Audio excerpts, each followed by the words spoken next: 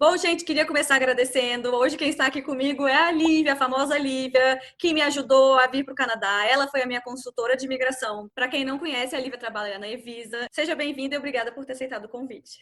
Obrigada, Paula, é um prazer.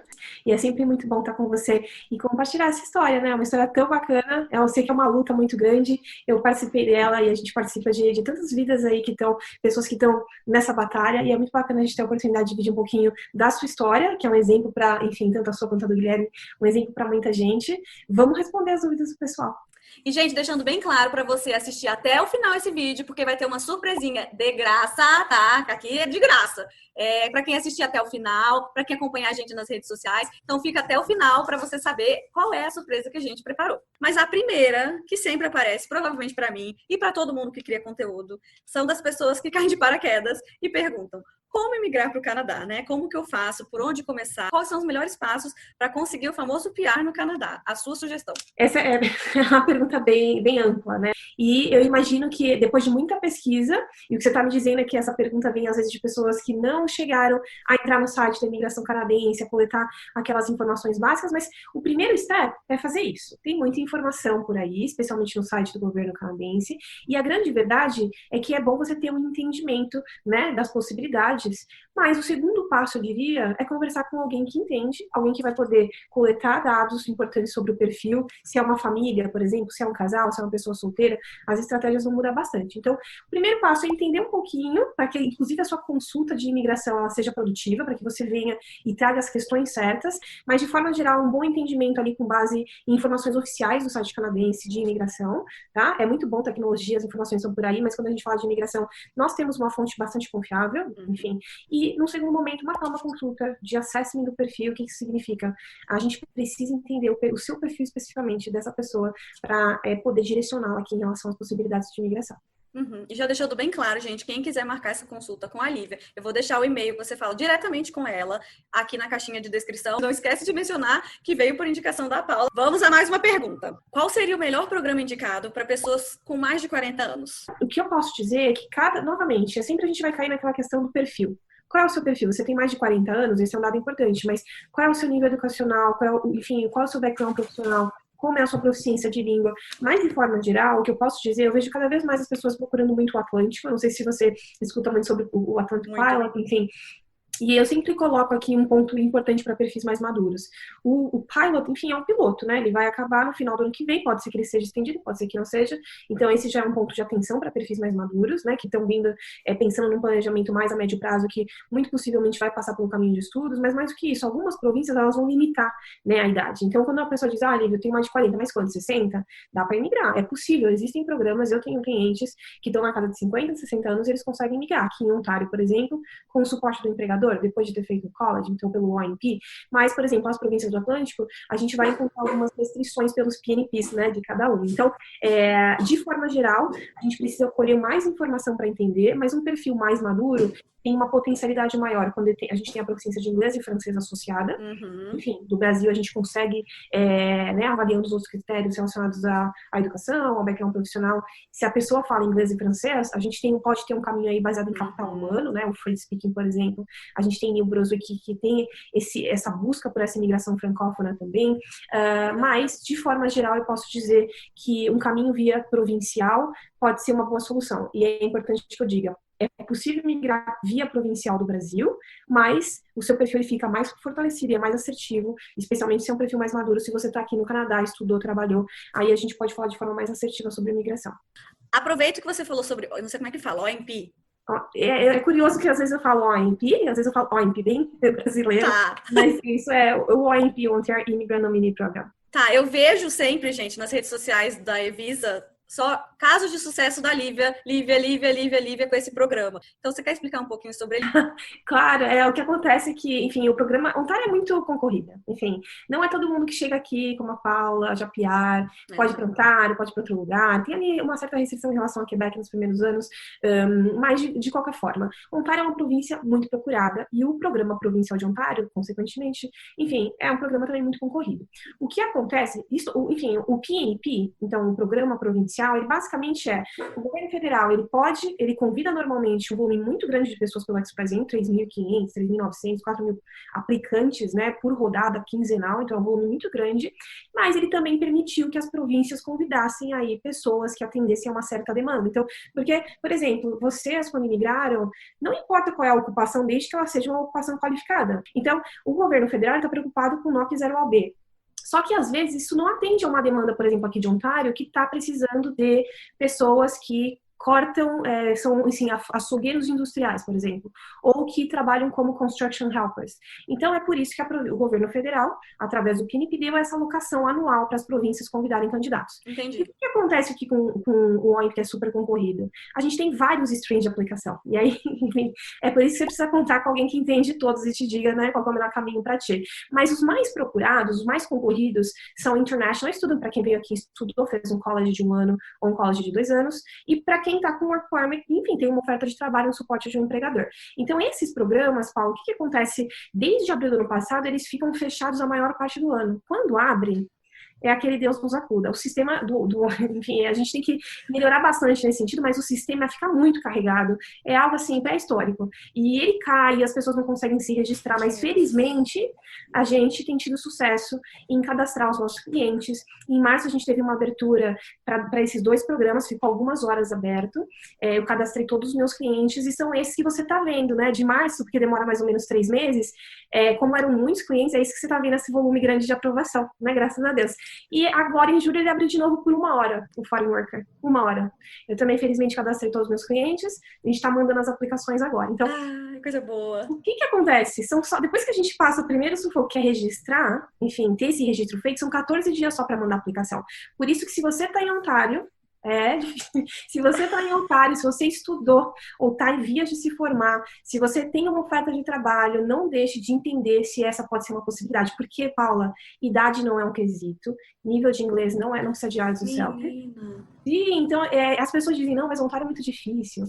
Enfim, assim, é tudo relativo, entende? Se você está em Ontário, não deixa para depois. Vem conhecer o programa, conversa comigo e a gente vai entender se esse é o melhor caminho ou se é um plano B bacana para o seu perfil. Bom, não poderia ser vídeo meu se não estivesse falando de dinheiro, né? Então, muita pergunta em relação à comprovação financeira. Então, eles me mandam, Paula, eu tenho tanto, eu consigo aplicar? O que acontece é que essa comprovação ela vai variar e tem alguns critérios que a gente leva em consideração. Se a gente está falando de um visto temporário, por exemplo, Paula, olha, eu quero ir para o Canadá para visitar. Eu quero ficar 1 semana ou 1 mês visitando. Esse é um tipo de comprovação. Não, eu quero ir para um college.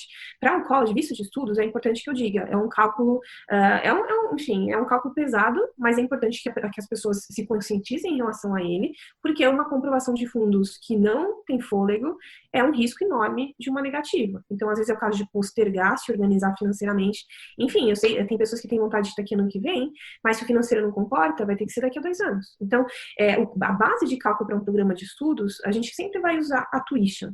Escolhi um curso de 1 ano, um curso de 2 anos. A nossa base de cálculo é sempre a tuition para o primeiro ano, que é normalmente para um college, $15 mil, 16, 14. Então, tá ali na casa dos 15 mil. Se você está vindo sozinho para o Canadá, coloca mais $10 mil nessa conta. Isso é o mínimo que o governo canadense vai querer ver com fundos líquidos, né? Se você está vindo acompanhado, mais 4 mil nessa conta. Se tem crianças, mais 3 mil para cada criança. Então, isso é a base de cálculo mínimo que o governo quer ver na sua conta com liquidez. Agora, aplicar com esse mínimo, Paulo, a chance de negativa é muito grande. Então, a Visa e a gente recomenda 40% a mais desse valor dessa base de cálculo. Agora, quando eu falo, é puxado, mas ou seja, exige muito planejamento financeiro e que bom que vocês podem contar com a Paula, que dá super dicas em relação a isso, eu aprendi bastante com você, mas realmente o plano de estudos, ele exige esse fôlego financeiro. Aplicar para um visto de estudos sem comprovar para o governo que você tem condições financeiras de arcar com esse plano de estudos, enfim, é uma das maiores razões de negativa de visto de estudos. E é claro que depois, enfim, é possível a gente overcome essa negativa, né, reaplicar e eventualmente ter uma aprovação, mas é algo que vai estar sempre no histórico, vai ser mais difícil. Então, conheça o seu perfil, entenda se esse é o seu caminho. O perfil financeiro é importantíssimo, a sua estabilidade no seu país de origem também. E, enfim, a base de cálculo é mais ou menos essa que eu apresentei para vocês. Quando eu falo de processo de residência permanente, desculpa, do PR, aí já é uma comprovação mais enxuta. Então, tem uma tabela que o governo vai designar comprovação para uma pessoa, comprovação para 2 pessoas, para 3 e por aí vai. E é uma comprovação muito, enfim, ela exige um fôlego financeiro muito menor do que um plano de estudos, se for um plano de estudos de college, né? Claro que em inglês, francês, o custo é reduzido. Então, e sempre de forma geral, a gente vai contar com esse fundo com liquidez no nome do aplicante principal. Se for isso, é importante. Se for um visto de estudos, pode ter um sponsor, que é um patrocinador. Se for visto de PR, não pode. Tem que estar na conta do aplicante principal. O que acontece é que tem provas de fundos que a gente precisa um pouquinho mais atrás de informação, porque existe muita movimentação. Geralmente, investidor é assim, então movimenta muito. A gente tem que mostrar esse lastro, né, de 6 meses para uma aplicação segura. Então, outra pergunta que eu lembrei que me fizeram, como que eu vou esquecer dessa? Investidores que estão com dinheiro, né, renda variável, por corretora. Eu lembro que na época tinha que estar no banco, né, o dinheiro. Consegue comprovar com o dinheiro investido, a liquidez não sendo diária? Pois esse é um desafio. Então, é possível, mas não é o recomendado. Então, se a gente está vindo de um planejamento aí a médio prazo, a minha recomendação vai ser reserva um valor específico com uma margenzinha adicional. Conta corrente, conta poupança, o oficial não vai entrar no mérito da liquidez. Você vai ter zero questionamento. E tudo que a gente quer numa aplicação é ter zero questionamento, para não atrasar, para, enfim, a gente não passar mais nervoso do que, né, normalmente é essa espera. Então, normalmente, essa vai ser a minha recomendação. Se estiver investido, uma liquidez, eu não digo, enfim, diária, D+1, mas uma liquidez razoável. O que acontece é que os investimentos têm aquela data de vencimento e por incrível que pareça, o oficial ele pode se apegar naquilo. Olha, esse investimento vence em 2025. Então, quando a gente se apega nisso e faz questionamento, é quando a gente se vê numa situação desconfortável. Então, se você está se organizando, conheça o valor que você precisa e tente pensar numa estratégia que vai evitar que você puxe histórico, extratos e gaste uma bolada com tradução, né? Ouça, Lívia, porque foi o que aconteceu com a gente começou por conta própria, e aí o nosso dinheiro não estava há 6 meses, obviamente, né, que me conhece sabe, não estava parado na conta corrente, então a gente teve que comprovar o que era, eu lembro, a gente teve que traduzir o que era Tesouro Direto, o que significava os nossos investimentos, foi uma bolada de tradução, funcionou? Funcionou, mas deu um trabalho que se você puder começar, é melhor deixar 6 meses parado. Perguntaram se é possível ou como fazer, né? Não sei nem como fazer a pergunta, uma pessoa brasileira conseguiu visto casando ou apenas com união estável com alguém já canadense ou com alguém que já tenha PR. É possível, é possível. Eu adoro fazer esse tipo de processo. É o spousal sponsorship.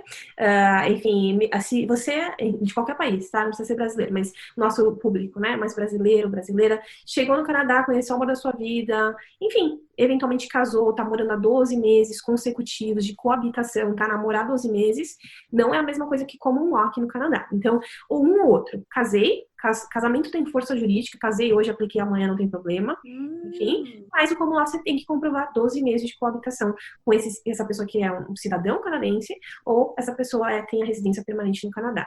E tem algumas restrições, se essa pessoa já foi sponsorada, se ela já sponsorou alguém, tem algumas regras específicas que a gente vai ter que acessar e entender, mas de forma geral, esse é um caminho super bacana, porque basicamente, Paulo, ele está assentado na comprovação de que a relação é genuína. A relação é genuína? A gente tem ali um lastro documental, é uma aplicação que canadenses, eu já tive muito esse feedback, eles acham muito invasiva, porque a gente pede carta para a mãe, para o pai, para o irmão, para dizer que, porque é importante que não só a pessoa, o casal se reconhece como casal, mas o mundo que cerca esse casal também nos reconheça como casal. Então, realmente uma aplicação ainda de papel, né, old school, mas a gente faz com bastante frequência. São 12 meses de processamento, mesmo que a gente processe fora ou dentro do Canadá.